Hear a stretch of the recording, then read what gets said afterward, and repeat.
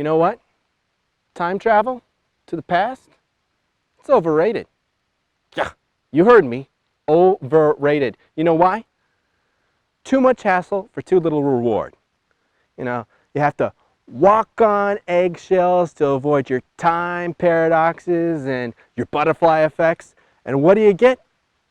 You just end up in a place that's just a more awful, smellier, violent version of your present. But if that doesn't faze you and you're still dead set on a fourth dimensional vacation, just follow this one piece of advice.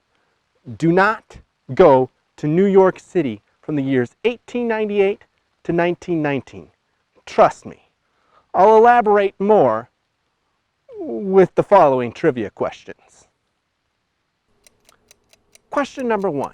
In 1899, several wealthy New Yorkers like Vincent Astor, John D. Rockefeller, and William Vanderbilt formed the Automobile Club of America, or ACA. One of the goals of the group was to stop any legal regulation of motorists. What was the group's chief argument for not prosecuting hit-and-run drivers? A. Forcing motorists to stay at the scene of a crime was a violation of their constitutional rights against self-incrimination. B. Motorists were doing God's work, ridding the world of dirty jaywalkers. C. August Belmont had to run over just one more Italian kid to beat William Rockefeller's high score.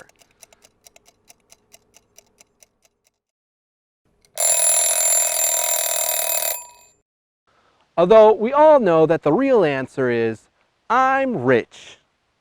Question number 2. It was reported in 1907 that children hanging around 96th Street tended to dodge what? A. Loose cobblestones that they'd hurl at one another. B. Patches of raw sewage in the East River. C. Saw blades at the assembly line.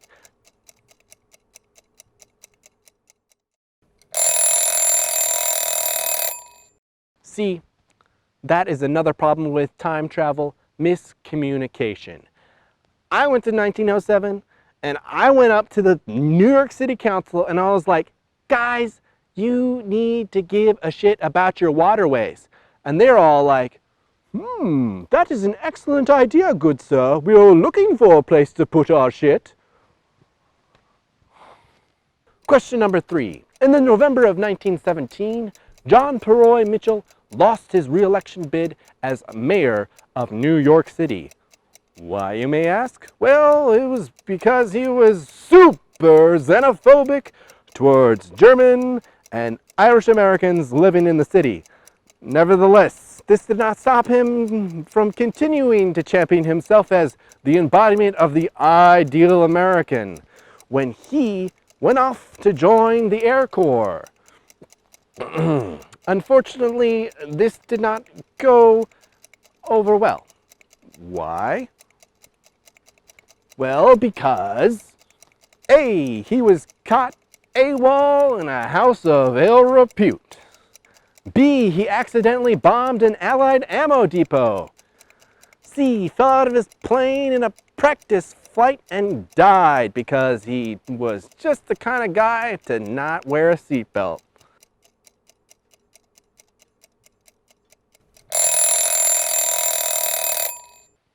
Talk about a fall from grace.